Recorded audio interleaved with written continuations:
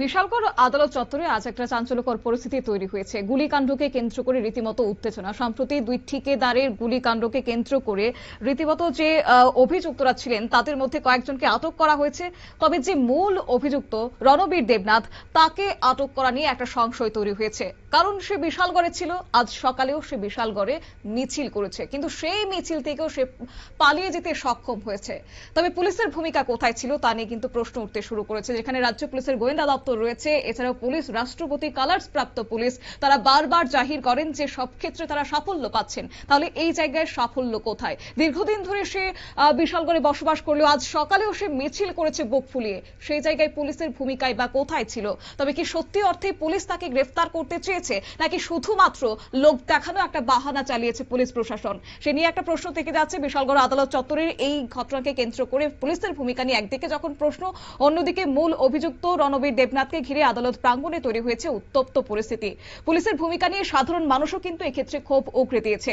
অভিযোগ, গুলিকাণ্ডের মতো গুরুতর মামলায় মূল অভিযুক্তকে আদালতে তোলার সময়ও পর্যাপ্ত নিরাপত্তা ব্যবস্থা নিতে ব্যর্থ হয়েছে রাজ্য পুলিশ। সেই সুযোগেই অভিযুক্ত রণবীর দেবনাথ উচ্ছৃঙ্খল আচরণ করতে শুরু করে পরিস্থিতি নিয়ন্ত্রণের বাইরে চলে যায়। এছাড়াও প্রত্যক্ষদর্শীদের দাবি হচ্ছে অভিযুক্তকে ঘিরে থাকা অবস্থায় পুলিশ যথাযথ সতর্কতা অবলম্বন করেনি, যার ফলে আদালত চত্বরে বিশৃঙ্খলা তৈরি হয় এবং সাধারণ মানুষ আতঙ্কিত হয়ে পড়েন। দেখুন সেই চিত্র।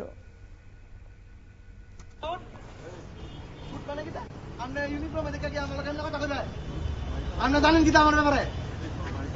আইন যে বলছেন আইনের ব্যাপারে আমার কটা ধারা কনছেন আর আমার কন speaking to English to me. Hey you, what is your degree? Did you know? Did you know the Constitution of India? Did you know how many articles of this India are available? Did you know that when emergency Indira Gandhi did you know? मैं उठ रहा हूँ मेरे को धोने दीजिए please. अभी और कुछ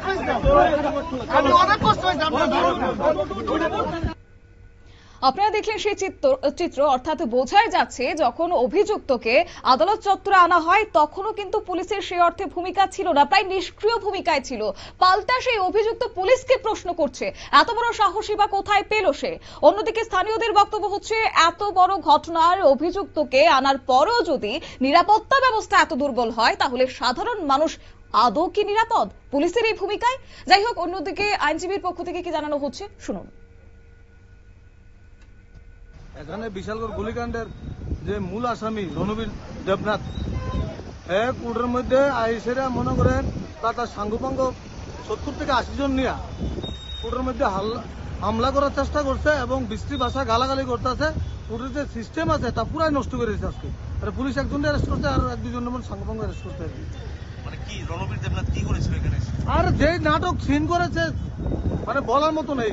ও সারা শরীরে কাপড় নেই, গলার মধ্যে একটা উত্তরী না কি দিয়েছে, আর যা তা ব্যবহার গালাগালিজ করছে কোর্টে। আমাদের মাননীয় এডিজে কোর্টের সামনে উনি ঘটনাটা করেছেন। এখন কি পুলিশ তাকে আটক করেছে? পুলিশ তাকে আটক করেছে, কিন্তু উনার সঙ্গে যারা সঙ্গভঙ্গ ছিল কমসে কম 50 থেকে 60 জন, একজনকে আটক করতে পারেনি পুলিশ। তারা কোথায় গিয়েছে? তারা কোর্টের সামনে পুলিশ থেকে চকমা দিয়ে চলে গেল।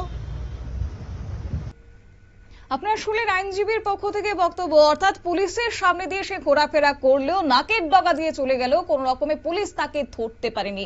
সত্যি কি ধরতে পারেনি, নাকি না ধরার একটা চেষ্টায় তারা ছিল? আদৌ কি সেক্ষেত্রে মানসিকতা ছিল পুলিশে যে মূল অভিযুক্তকে আটক করা হবে, যাদের এই গুলিকাণ্ডে ক্ষতি হয়েছে তাদের পরিবারকে আদৌ বিচার দেবে?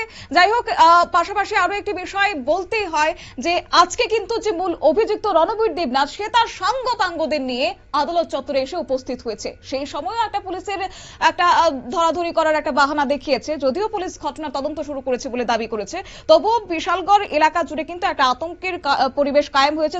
স্থানীয় সাধারণের মধ্যে একটা প্রশ্নচিহ্ন থেকে যাচ্ছে, নিরাপত্তার ফাঁকফোকর কিভাবে তৈরি হয়েছে। এখন দেখার বিষয় হচ্ছে এই অভিযোগের জবাবে প্রশাসন কি পদক্ষেপ গ্রহণ করে। নিয়ে নিচ্ছি ছোট্ট একটি বিজ্ঞাপন বিরতির সঙ্গে থাকুন।